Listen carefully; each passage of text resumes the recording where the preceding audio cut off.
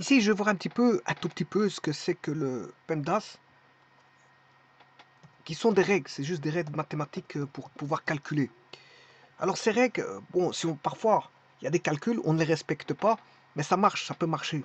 Bon, c'est pas parce qu'on ne respecte pas ces règles que ça ne marche pas, mais il y a des fois où quand on ne respecte pas ces règles, ça ne marche pas. Le problème, il est là.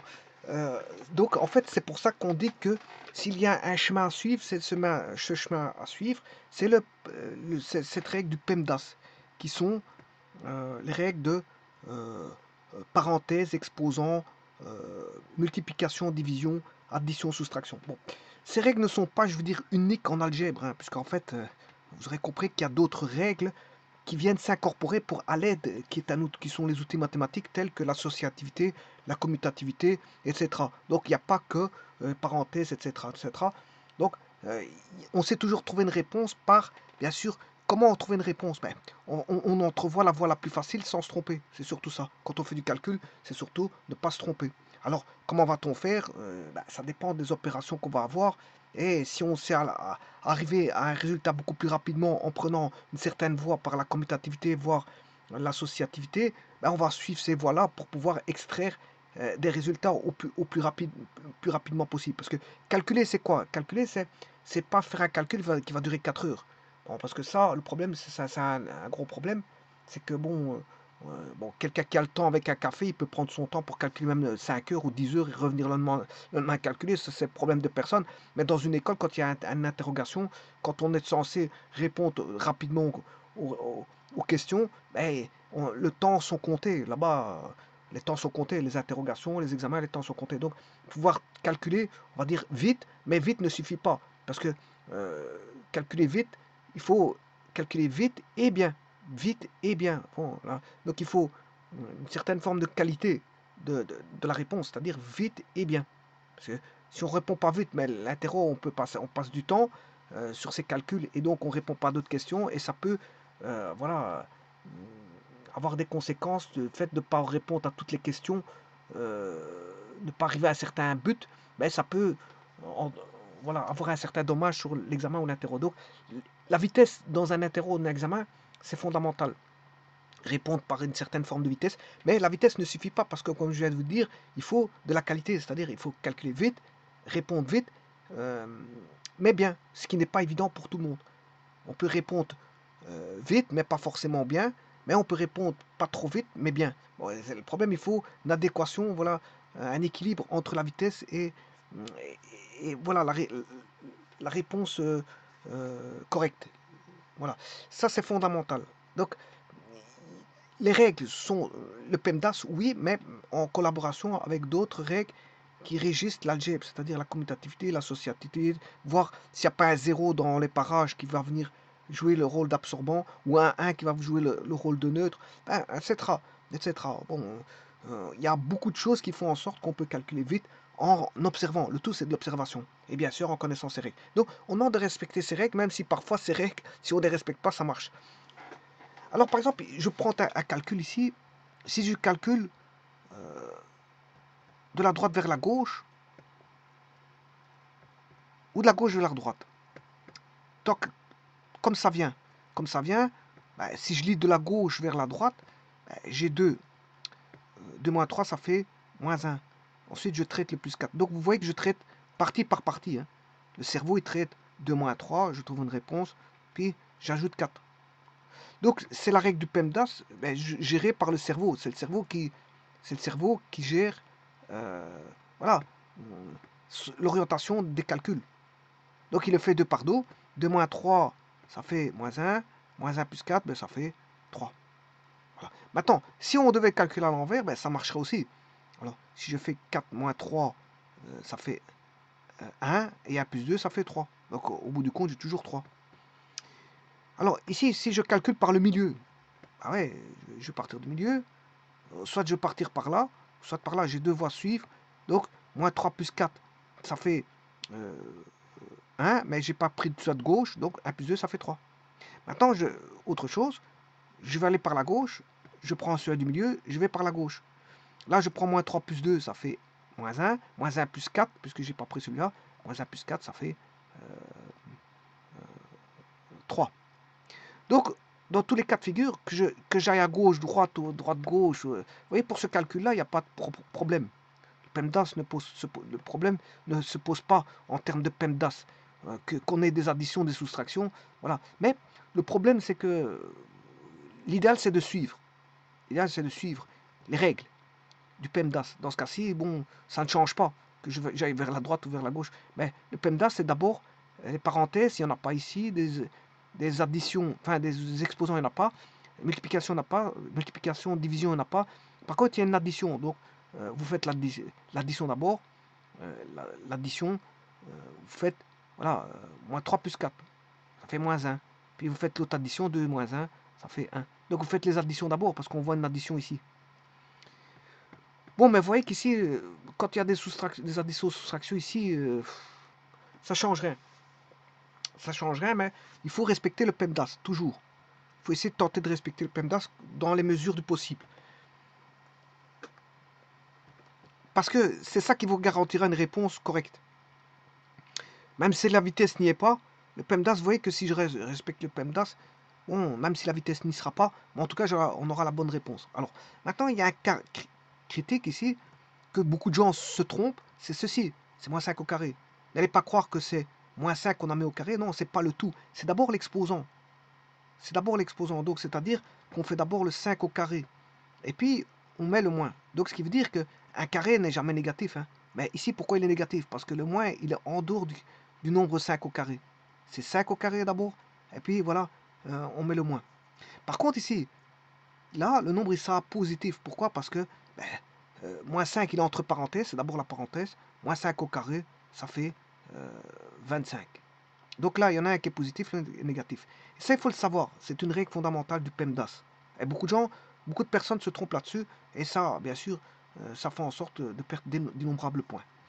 Alors maintenant, voyons cet exemple-là. Est-ce que je dois respecter le PEMDAS là-dessus? Ben, pour ceux qui suivent des cours de mathématiques, l'idéal, c'est de respecter le PEMDAS. C'est-à-dire qu'on va faire d'abord la multiplication, ce qui veut dire qu'on a moins 8 fois 5, ce qui fait moins 40.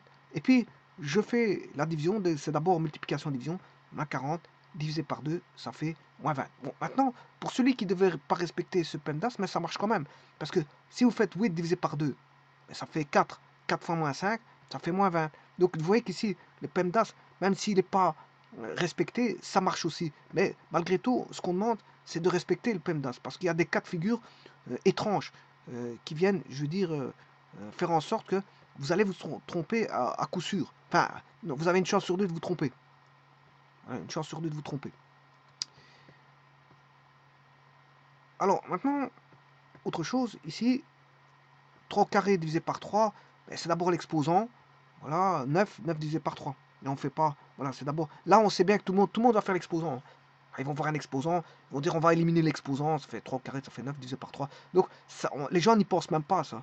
Ils ne pensent même pas au PEMDAS parce que c'est tout à fait naturel que de faire, de savoir combien fait 3 au carré. Ça fait 9 divisé par 3, ça fait 3. Donc, les gens ne vont pas faire 3 divisé par 3 et puis mettre au carré. Bon, personne ne ferait ça. Même ceux qui ne respectent pas le PEMDAS, ils ne feraient pas ça. Donc la première vue d'esprit des gens, la première chose, c'est de faire 3 au carré, puis diviser par 3. Voilà. Donc là, à ce moment, le PEMDAS, on va dire c'est instinctif, c'est automatique. Voilà. Alors maintenant, autre chose,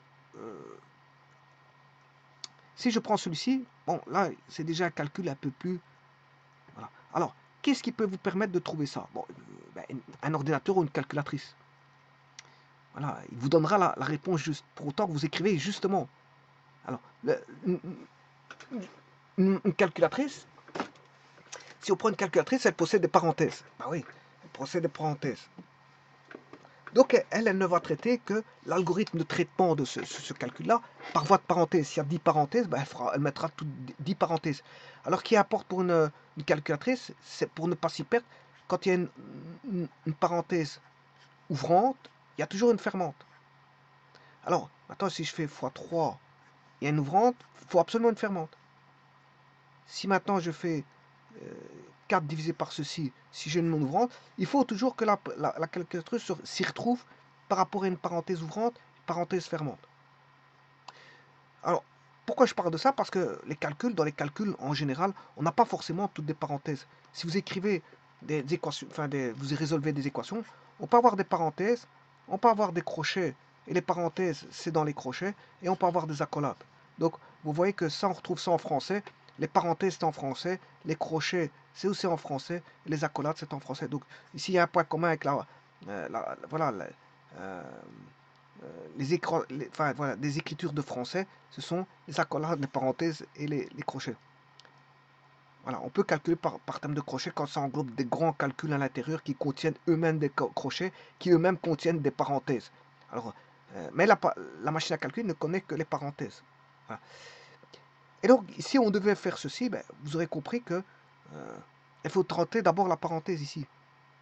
Voilà. Donc là, on va aller par groupement, c'est-à-dire que vous devez recréer euh, indirectement de nouvelles parenthèses. Parce que j'aurais pu commencer par une autre parenthèse. Supposons que je rajoute 5 plus 3 fois 2. Alors, je vais mettre ceci.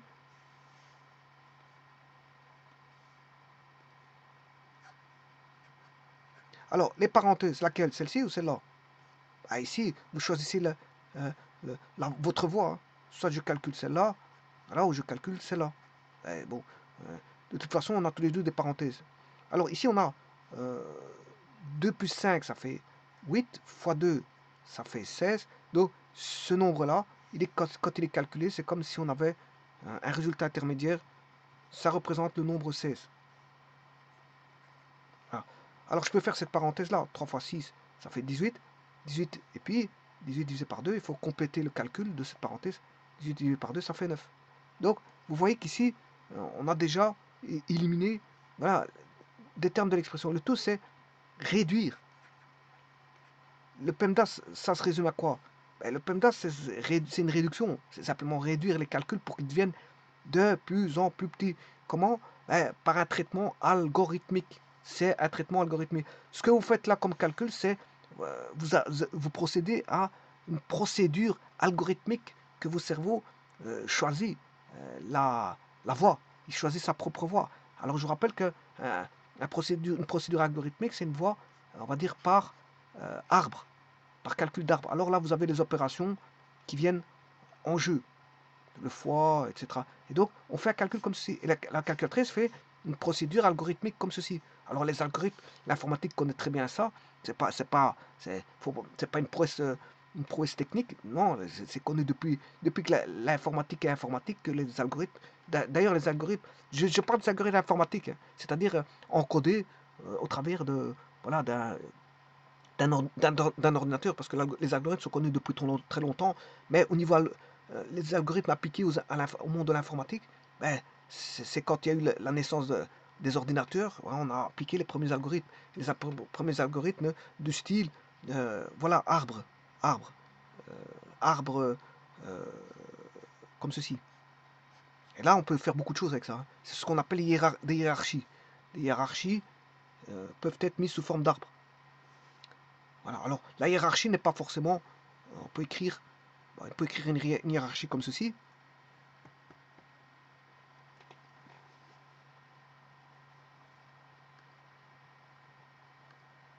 Alors, ben, c'est une structure hiérarchique du style père-fille, hein, ou père-enfant, ou père-mère. Là, on a le père, la mère, voilà.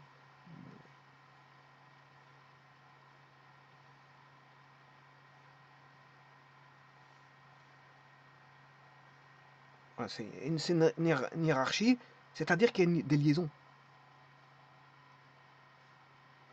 Et faire des liaisons en informatique, c'est pas quelque chose de méconnu, bien au contraire. On peut faire des chaînes, ce qu'on appelle des chaînes liées. En informatique, on peut faire des chaînes liées. On lie l'un avec l'autre, mais il faut savoir qu'est-ce qui est lié avec quoi. Voilà. Par exemple, je vais lier l'organigramme ici. Dans l'organigramme, faire un organigramme en informatique, bon, c'est très simple, parce que c'est toujours la même chose. Vous reliez le 1, par exemple, il faut relier le 1 au 2. Une fois qu'il y a un lien entre celui-là et celui-là, et puis il faut relier le 3 au 1. Voilà. Puis il faut relier le 4 au 2. Voilà. Je relie le 4 au 2. Donc il y a un lien de père à enfant, ouais, de père à fils, ou de père à fille, ou de parent en fille. Voilà. Et ici, je relie comme ça le 3 au 2. Et maintenant, je peux mettre une hiérarchie ici. Le 1, je le relie avec le 0. Voilà. Et je relie le 2 avec le 0. Et j'ai réalisé une structure liée. Tout est lié. Voilà. Et c'est ce qu'on appelle, voilà, en cas de traitement, on a affaire à voilà, un algorithme. C'est un algorithme qui relie, on relie tout. Et on a une hiérarchie, on vient de créer une hiérarchie. Eh bien, le calcul ici, c'est un petit peu ça. Hein. C'est un calcul hiérarchique. Parce qu'il faut déterminer les voies à suivre pour calculer. Et donc, vous voyez que les liés comme ça, ce sont des voies. On relie, qu'est-ce qui est lié avec quoi? Si je fais 3 plus 4, ben, il faut savoir que 3 et 4 sont liés par l'intermédiaire d'une addition. Ici, les liens qui sont faits, c'est par les opérations. Qu'est-ce qui fait le lien? C'est l'opération. L'opération de quoi? Avec des nombres. Donc, on va manipuler des opérations avec des nombres. Le tout, c'est de respecter ce PEMDAS en quatre parenthèses, ouvrantes et fermantes. Alors, il faut savoir, et c'est ça qui va faire la hiérarchie. C'est ça. C'est les parenthèses. Donc, c'est une hiérarchie. Et donc, vous voyez ici, au niveau hiérarchique, j'ai pensé faire mon chemin, d'abord en calculant le 6 et le 9. Bon, après, qu'est-ce que je peux faire? Je peux faire 5 fois 4, ça fait 20. Là, j'ai une multiplication. Mais attention que j'ai une autre multiplication par là. Voilà. Je peux rajouter des parenthèses comme on veut. Hein. Donc, c'est-à-dire qu'ici, il n'y a pas de parenthèse. Ici, je peux rajouter une parenthèse comme ici. Voilà. Je peux en rajouter une là. Parce qu'il y a une multiplication. Mais, c'est pas nécessaire parce que, je veux dire, comme la multiplication est prioritaire, j'ai pas besoin de mettre de parenthèse. Donc ici, 8 fois 2, ça fait 16. Donc on aura 16 moins 16 plus 8 fois 2, ça fait 16. Et attention qu'ici, il y a un moins 3 divisé par 3. Donc la division ici va donner moins 1. Ceci donne moins 1. Plus que 5 fois 4, ça fait 20. Moins 2 plus 9. Et là, on est réduit à des additions-soustractions. Alors maintenant, ce que je peux faire, c'est ramener toutes les additions. Enfin, tous les nombres positifs. 16. Là, c'est ce qu'on appelle une associativité. Donc, je ne fais pas le PEMDAS d'abord. Plus 20. Donc, j'ai 16, 16, 20, plus 9. Et puis, bien sûr, je regroupe tous les nombres négatifs. Il y a moins 1, moins 2, ce qui fait 1 plus 2. Et là, je n'ai pas fait le PEMDAS. Là, c'est les règles d'algèbre qui me permettent de dire ça. Et là, je calcule ça. On a un nombre positif, moins un nombre positif ici, qui est 3. Bon, c'est ce qui va faire. Alors, vous voyez que, est-ce que j'ai un nombre positif ou un nombre négatif? Ouais. Celui-ci est peut-être vu comme une opération. Si c'est une opération, à ce moment-là, si c'est une opération, on va soustraire un nombre positif. Maintenant, ce que je peux entrevoir, c'est l'addition d'un nombre négatif. C'est la même chose. C'est la même chose. Donc ici, on aura 32 plus 20, ça fait 50. 32 plus 20, 52. Vous voyez que le cerveau, il fonctionne partie par partie. Hein. 6 plus 16, 32. Une fois que j'ai le 32, ça c'est l'algorithme. Je lis, voilà, le 16 et le 16. Mon cerveau décide de prendre le 16 et le 7. C'est son choix. Voilà, et il fait quoi comme opération? 1 plus. Ouais, et donc il lit comme ça. 16 plus 16, 32. Puis de nouveau, qu'est-ce qu'il voit? Donc là, il a un résultat. Hein. Il s'arrête après un résultat. Donc pour lui, il a éliminé. Il a plus 16 et 16. Parce que 16 et 16, 32, c'est fini. Donc lui, ce qu'il retient, il retient 32. Voilà. Et puis, qu'est-ce qu'on fait? On reprend le 20 ici, sachant qu'on a 32 ici. 30, 20 plus 32, je lui fais une opération d'addition. Voilà. Maintenant, pour avoir une séquence complète, hein, 16 plus 16, voilà. Et je le fais au fur et à mesure. Tout ce qui vient d'abord. Donc, je traite l'information, ce qu'on va dire, le premier arrivé et premier traité. Donc, on va dire first, première entrée, voilà, les premières sorties. First in, first out, FIFO. Donc, le premier entrée, c'est 16, et 16, ça fait 30, ça fait 32, c'est le premier sorti. Donc, je sors en premier. Les autres, je les laisse, hein, voilà. 29, je les laisse en aparté. 32. Ensuite, première entrée, c'est 32 maintenant. Et voilà, et 20. Les deux premières entrées, c'est 32 et 20 maintenant. Ça fait combien? 52. Voilà, donc je sors 52. 52 plus 9. Maintenant, je traite celui-ci. Vous voyez que ça se fait au fur et à mesure. Attends, j'aurais pu faire autrement. Voilà, j'aurais pu prendre deux nombres ailleurs pour les additionner. Donc, je ne sais pas forcément du FIFO, hein, mais si vous commencez de la gauche vers la droite, au fur et à mesure, en respectant la gauche vers la droite, c'est du FIFO. Sinon, ben, vous faites un peu n'importe quoi et vous avez le droit. C'est-à-dire vous allez chercher des résultats beaucoup plus faciles à trouver. Et vous éliminez en fonction des résultats les plus faciles à trouver. Et donc ici, je vous présente ici le Wikipédia et qui vous parle des priorités des opérations ou hors des opérations. Voilà, c'est un ensemble de règles d'usage faisant consensus au sein de la communauté des mathématiciens. Je dis parfois, euh, c'est le bon sens qui fait qu'on arrive à un résultat et il sera bon. Parce qu'on sait bien que, comme je vous ai dit, vous faites 3 au carré divisé par 3. Ben, d'office, on va faire 3 au carré avant de faire droite divisé par 3. Ça, c'est le bon sens qui fait. Donc, sans regarder le PEMDAS, ben, c'est le bon sens. Quand on voit des parenthèses, tout le monde sait bien que les parenthèses à l'intérieur, voilà, c'est un regroupement. Donc, on va calculer un regroupement. Bon, ça, c'est d'office. Comme le cerveau fonctionne par hiérarchie, ben, vous lui mettez un regroupement, ben, lui, il va s'attaquer directement au regroupement. C'est instinctif, on va dire. Donc, est-ce que les PEMDAS à voir là-dessus? Non, c'est parce que c'est instinctif, c'est d'office, c'est comme ça. En plus, voilà, parfois, il y a juste des petits trucs qui vont... Voilà, ici, les calculs entre parenthèses ou crochets sont prioritaires sur les calculs situés en dehors. Bon, voilà, l'exponentiation est prioritaire, c'est le PEMDAS. La multiplication, la division sont priorité. Donc là, c'est la définition de la priorité, mais je dis quand parfois c'est pas appliqué, parfois ça marche, malgré que vous ne faites pas le PEMDAS, parce que vous allez dans le bon. Vous calculez souvent le bon sens. Le bon sens, voilà, la logique hiérarchique induite par le calcul. Voilà, là, il n'y a pas de règle que vous suivez, c'est parce que vous savez que c'est comme ça, parce que c'est la façon la plus logique d'organisation hiérarchique. Donc, le PEMDAS n'intervient que quand il y a, on va dire, une subtilité qui fait qu'on est pris au dépourvu de savoir, bon, ou là, attention, là, il y a un mélange. Il y a un mélange de multiplication, division, avec voilà, des exposants. Ouais. Et donc ici, ce site-là vous explique tout ça. Alors je dirais d'aller le lire, c'est le site Wikipédia qui parle voilà, de ça, du PEMDAS, lors des opérations. Vous tapez hors des opérations et vous aurez les explications de tout ça sur le PEMDAS. Alors, la procédure algorithmique, où est-elle?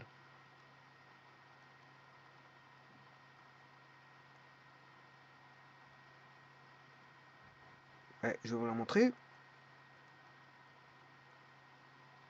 Alors ici, vous voyez 10 divisé par 5 divisé par 2, entre parenthèses, égale 4. Vous voyez que si vous faites 10 divisé par 5, ça fait 2. Et si vous faites diviser par 2, ça fera 1. Donc là, le résultat ne sera pas bon. Parce qu'on ne peut pas suivre l'ordre de 10 divisé par 5 divisé par 2. Ce qu'il faut faire, il faut d'abord faire 5 divisé par 2, ben, ça fait 2,5. Et 10 divisé par 2,5. Alors je rappelle, pour diviser par 2,5, si vous faites une division par 2,5, ben, on va le faire ici.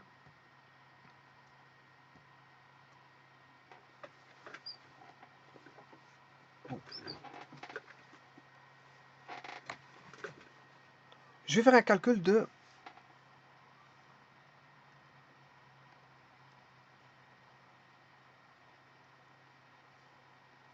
10 divisé par 4 divisé par 2. 10 divisé par 4 divisé par 2. Bon, faisons ça. 10 divisé par 4. Si je le fais comme ceci, 10 divisé par 4, ça fait 10 divisé par 2, ça fait 5, ça fait 2,5. 2,5 divisé par 2, ça fait 1,25. Voilà. Donc, maintenant, si vous ne voulez pas vous tromper, comme je vous ai dit tout à l'heure, vous prenez votre machine. Hein. La machine, elle est juste, hein, elle est correcte, hein, elle respecte la règle du PEMDAS. Elle fait les algorithmes suivant la règle du PEMDAS. 10 divisé par 4 divisé par 2, ben, ça fait 1,25. Maintenant, attention, le fait d'avoir priorisé, euh, d'avoir mis une parenthèse pour prioriser l'opération que vous avez ici, ça change tout. Parce que 4 divisé par 2, là, ça fait 2. Et vous aurez, enfin, c'était 5, je crois. Tout à l'heure, c'était 5. Parce que là, vous allez obtenir 5 comme résultat, mais voilà, dans le site, c'était ça. Oui, voilà, en comparaison, je vais faire une comparaison avec ça. Je vais remettre ça. Je vais remettre ça comme calcul. À quoi correspond 10, 10, 5 et 2? 10, on va prendre 10 et 5. Je peux les diviser. Voilà. On obtient un résultat qui est 2. Et puis, je reprends ce nouveau, de nouveau 2 et 2. Et je fais la division. 2 divisé par 2, ça fait 1. Résultat égale 1. Donc ça veut dire 10 divisé par 5, ça fait 2. 2 divisé par 2, ça fait 1. Mais là, c'est pas la même chose. On priorise le 5 divisé par 2. On vous dit, attention, c'est d'abord ceci. C'est d'abord ça, dans l'algorithme. Donc, si l'algorithme n'est plus le même, puisque vous devez prendre le 5 et le 2. Si je prends le 5 et le 2, je les divise, ça fait 2,5. Bon, et là, après, je reprends le 10. Je reprends le 10 et le 2,5, je dois les diviser. Alors, comment fait-on pour diviser par 2,5? Eh bien, on sait bien que 2,5, c'est 5 divisé par 2. Donc, ouais, attention que c'est une division. Hein. C'est une division. Donc, là, je vais multiplier par la fraction inverse, fois 2 sur 5, ce qui fait 4. Ça fera 4. Ça ferait 20 divisé par 5, ça fait 4. Donc, divisé par une fraction, on revient à multiplier par la fraction inverse. Donc, vous voyez que le fait d'avoir mis des parenthèses, on se dit, bah, il faut prioriser telle division et pas prendre l'autre. Il ne faut pas faire 10 divisé par 5 divisé par 2, puisque c'est pas, vous ne pouvez pas faire ça. Vous devez faire d'abord 5 divisé par 2 égale 4. Par contre, si maintenant vous dites, vous priorisez le 10 divisé par 5, ben là ça fait 2, et 2 divisé par 2, ça fait 1. Et donc l'algorithme, voilà, ici justement, vous avez, comme par hasard, ce que je vous parlais, il est là. Vous avez un arbre arithmétique, algorithmique, c'est ça. C'est ce que vous avez là. Voilà comment traiter l'expression qui est dans l'exemple là-bas. 50 fois 2 moins 3 plus 3 fois 3 plus 4 fois 11. Mais là, ils ont mis des crochets. Hein. Bon, c'est pas comme les calculatrices. Calculatrices, il y a que des parenthèses. Là, ils ont mis il y a des crochets. Donc ça, c'est une expression mathématique, si vous voulez. Donc c'est d'abord les parenthèses et puis les crochets. Donc la priorité revient d'abord aux parenthèses, puis aux crochets. S'il y a des accolades, c'est les accolades. Voilà. C'est ce que je vous disais. Mais l'algorithme, il est là. Voilà. Ouais. Vous prenez, vous regardez dans le fond. Bah, on va commencer par le 11-6. Dans le fond, on fait 11-6. 11.6. Voilà. Quand vous avez fait 11-6, eh ben, après vous faites plus 3. Vous faites plus 3. Bien sûr, le résultat, il est conservé quelque part. Bon, ici, ils ne l'ont pas mis. Enfin, ici, ils ne mettent même pas de résultat intermédiaire. Voilà. Ils font un 11. Ça pour dire que c'est la succession des opérations sans mettre de résultat intermédiaire. Parce que c'est vrai que les machines font comme ça. Hein. Ils ne mettent pas de résultat intermédiaire comme notre cerveau le fait. Notre cerveau fait un résultat intermédiaire. Il est obligé d'avoir à un moment donné une mémoire de dernier calcul. Parce que sinon, il ne s'en sortira pas. S'il fait un algorithme comme ça, il ne s'en sortirait pas. Mais la machine, euh, un ordinateur peut le faire. Parce que lui, il peut faire 11-6. Puis quand il voit, l'ordinateur voit 11-6 plus 3. Hein, et donc il est dans l'avant-dernière branche, voilà, de la hiérarchie. Ben lui, il a rien calculé. Il a rien calculé parce qu'il voit 11-6 plus 3. Voilà. Par contre, notre cerveau, lui, ce qu'il va faire, lui, il aime bien d'avoir un résultat intermédiaire. Alors, nous, on va faire 11-6, ça fait 5. Puis il voit plus 3, on va faire 5 plus 3. Et on va voir 8, il va retenir 8. Donc, il élimine, il va par élimination. 8. Puis il fait 8 fois 4. 8 fois 4, ça fait 32. 32 plus 3, ça fait 35. Voilà. Puis 35 moins 1, 34. 34. Bon, là, on est obligé de retenir le 34 parce qu'il y a un autre calcul qui est à côté, qui est 50 fois 2. 50 fois 2, ça fait 100. Et là, il peut faire 100 moins 34. Et donc 100 moins 34, c'est 100. Le cerveau va travailler comment? Il va faire 100 moins 30 parce qu'il aime bien les dizaines. 100 moins 30, ben 100 moins 30, ça fait 70. Moins 4, 70 moins 4, 66. Voilà. Et donc, il va calculer ça. Bon, bien sûr, il faut toujours vérifier le calcul. Donc ça, je vais le faire via la calculatrice. Moins Et là, je vais mettre une parenthèse, parce qu'il n'y a pas de crochet dans ma calculatrice. 3 plus 4 fois, ouvrez nouvelle parenthèse, 11, enfin 11, je m'excuse, 11, moins 6 plus 3. Ma machine n'a qu'à rien à calculer. Fermez la première parenthèse, bien sûr, moins 1, et fermez ma seconde parenthèse parce que j'ai pas de crochet. Voilà, c'est bien 66. 70 moins 4, ça fait bien 66. Enfin, je sais pas ce que j'avais dit tantôt, 70 moins 4, je sais pas ce que j'ai dit, mais je crois que j'ai bien dit 66, mais je me rappelle plus. Ben, la réponse, c'est ça, c'est 30, 70 moins 30, c'est 100 moins 30, c'est 70, 70 moins 4, ça fait 66. Voilà, et donc, vous voyez qu'ici, on a un arbre algorithmique par une succession de liens. Ouais, le 11 est relié au 6 par un moins, voilà. Et ce 11 moins 6 est relié avec le 3 par un plus. Alors, la machine, je vous dis, elle calcule rien. Jusqu'à présent, elle calcule rien. Elle va calculer en finalité. En finalité. Voilà. Ce qu'elle fait, elle crée sa petite hiérarchie comme ça, par l'entremise, des opérations que vous lui faites subir en appuyant sur les touches et en mettant les parenthèses adéquates. Alors, si vous mettez deux parenthèses, mais il lui faut deux parenthèses fermantes. Et il saura s'y retrouver. Et donc, vous voyez que comment elle a toute, toute cette hiérarchie, comment elle est mise. Alors, la hiérarchie peut être beaucoup plus grande que ça. Mais maintenant, on ne peut pas faire une hiérarchie d'un milliard voilà, de millions de calculs. Hein, comme ça, la hiérarchie, bien sûr, elle peut commencer à un certain niveau et s'arrêter à un certain niveau. Elle a ses limites de hiérarchie au niveau de la calculatrice. Parce que si vous mettez 50 millions, 1 million de calculs, bon, je veux dire, il ne saura pas faire ça. Il sera pas. Déjà, la mémoire est limitée de l'ordinateur. Mais alors, la structure hiérarchique ici ne sait pas en faire une très grande. Hein. Voilà. Je peux essayer un très grand calcul, mais ça ne marchera pas. Puisque la hiérarchie, va, à un moment donné, va se dire stop, je ne sais pas faire ça. Voilà, il va vous dire, la machine va vous dire je sais pas.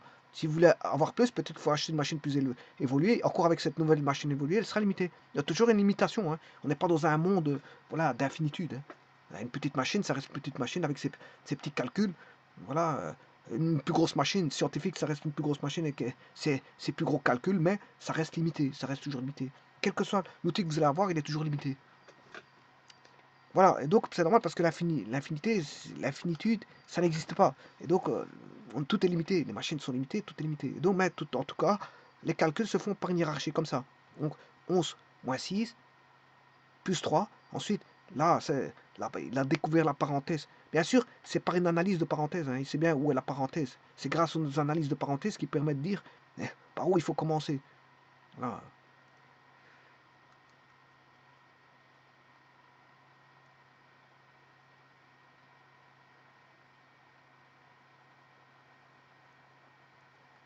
Donc, oui, vous voyez que l'associativité intervient, comme je l'ai dit, aussi bien dans la multiplication que pour les additions.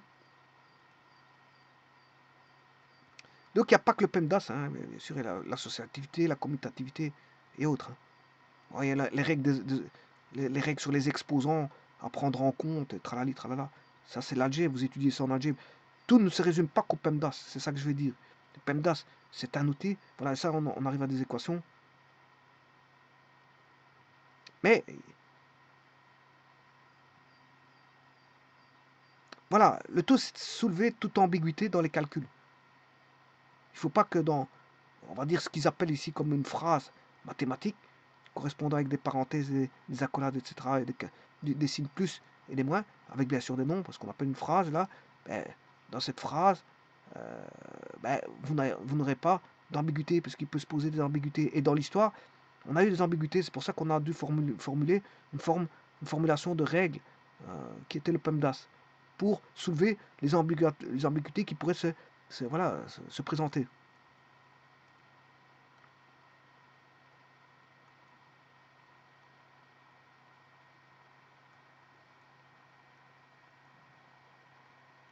Voilà, et sur ça, bon, il existe des bouquins qui sont, voilà, les biographies sont là, ambiguïté de l'ordre et signe délimitant, voilà, dans la révolution symbolique, ISBN vous donne l'ISBN pour acheter le bouquin. Quelques réflexions sur la priorité opératoire, dans Annie Bourdil, Michaela Catla, Florence Larue, Françoise Zavio, Bertrand Toquec, Bernard Vidal et Yves Chassin, responsable, voilà, groupe premier cycle, élément 2, IREM de Toulouse, voilà, 2014, etc. Bon, il y a de quoi, voilà, entrevoir certains cas de mathématiques, voilà, On peut être pris au dépourvu au travers d'une ambiguïté.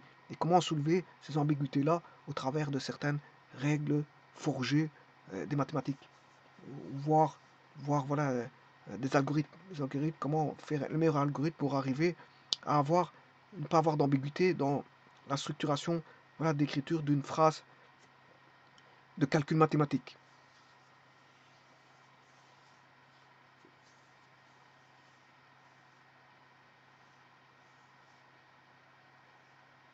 Et là, vous voyez qu'ils vous disent certains langages informatiques, comme le langage C, ne possèdent que des opérateurs dont la fonction et la priorité sont prédéfinis. Voilà, donc en fait là, vous n'avez pas de possibilité de sortir de cette, voilà, on va dire de ces règles, parce que la règle est imposée par le langage C qui priorise, je veux dire, euh, euh, les opérateurs. Voilà, c'est fixé au départ. Les priorités sont fixées au départ dans le langage C.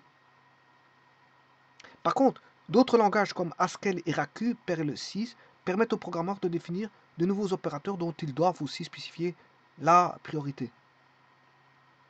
Donc là, à ce moment-là, ils savent, c'est dynamique, on va dire, c'est dynamique dans le sens où ils savent prioriser leurs, leurs opérateurs. Alors, on pourrait, quelqu'un qui fait une thèse en mathématiques avec un nouvel opérateur, euh, ben, comment devrait-il le mettre sur l'échiquier des opérateurs déjà préexistants? Voilà, donc c'est ça. Alors, si maintenant il devrait faire un programme pour sa thèse, mais il ne devrait pas choisir le langage C, quoique bon, euh, il y a moyen de le faire en langage C, parce que c'est vrai que malgré que c'est priorisé, il y a moyen de faire des chipotages. Hein. Bon, bah, voilà, mais comme il a dans le langage, c'est déjà tout fait. Hein. Dans Haskell et Raku, c'est déjà tout fait. Il n'y a rien à réinventer. Il n'y a pas à réinventer un opérateur, parce qu'en langage C, on sait réinventer des opérateurs. Voilà. Euh, euh, voilà, qui ferait office de multiplication, mais avec en définissant une nouvelle priorité. Tout est possible. Hein. Tout est possible. On sait tout faire. En C, on sait faire beaucoup de choses. Voilà, mais ici, à Haskell et Raku, ben, ici, ils vous disent la priorité à spécifier au niveau de l'opérateur. Donc vous dites, prenez un opérateur, vous dites, bon, celui-là est plus prioritaire qu'un autre. Vous savez faire voilà, des étages de priorité. Parce que qu'est-ce que c'est qu'une priorisation? C'est un étage. Hein. Voilà, c'est des étages. On a premier degré, deuxième degré, premier étage, deuxième degré, troisième étage. Si je prends le PEMDAS, ben, parenthèse, c'est le premier étage. L'exposant, c'est le second étage de priorité. Voilà. Troisième priorité, c'est euh, donc les exposants. Après, c'est les multiplications. Ensuite, quatrième étage, c'est les divisions. Donc, on s'est priorisé par étage. Donc, prioriser, c'est de dire, bon, qu'est-ce qui passe en premier, qu'est-ce qui passe en second, qu'est-ce qui passe en troisième. C'est surtout ça. Donc, le PEMDAS, c'est ça, c'est parenthèse, exposant, multiplication, division, addition et soustraction. Bon, mais comme je dis, parfois, le PEMDAS coule de source. Vous faites un calcul, le PEMDAS n'intervient pas, mais vous aurez bon. Alors, encore une fois, je répète encore une fois, il y a aussi ces notions voilà, d'absorbant, euh, de neutre, de, euh, voilà, de commutativité, d'associativité, euh, et bien sûr de simplification.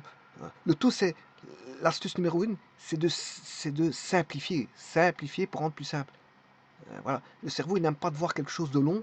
Hein, quand on voit une phrase mathématique avec des plus et des moins et des fois des divisés, des parenthèses, bah, le tout, c'est de s'y retrouver par rapport à ça. Donc le cerveau n'aime pas quelque chose de compliqué, il va le rendre plus simple. Donc, comme dans toute logique d'ailleurs, hein, toute logique, quelle qu'elle soit, je veux dire, quand on a quelque chose de compliqué, on ne le rend pas plus compliqué pour le résoudre. Hein. Ouais, parce que bon, vous imaginez quelqu'un qui doit faire un algorithme très compliqué, et il va compliquer encore cet algorithme compliqué pour le résoudre. Mais ça ne se fait pas comme ça. Généralement, l'être humain, qu'est-ce qu'il fait? Quelque chose de compliqué, ben, il va le décomposer en choses plus simples. Donc il va simplifier les choses pour le rendre beaucoup plus simple. Ouais, pour lui voir, parce qu'il est... L'être humain, il est comme ça, il voit son état d'esprit, c'est de voir beaucoup de choses plus simples pour pouvoir les traiter. Voilà, il a plus facile à traiter quelque chose de simple que traiter quelque chose de plus compliqué.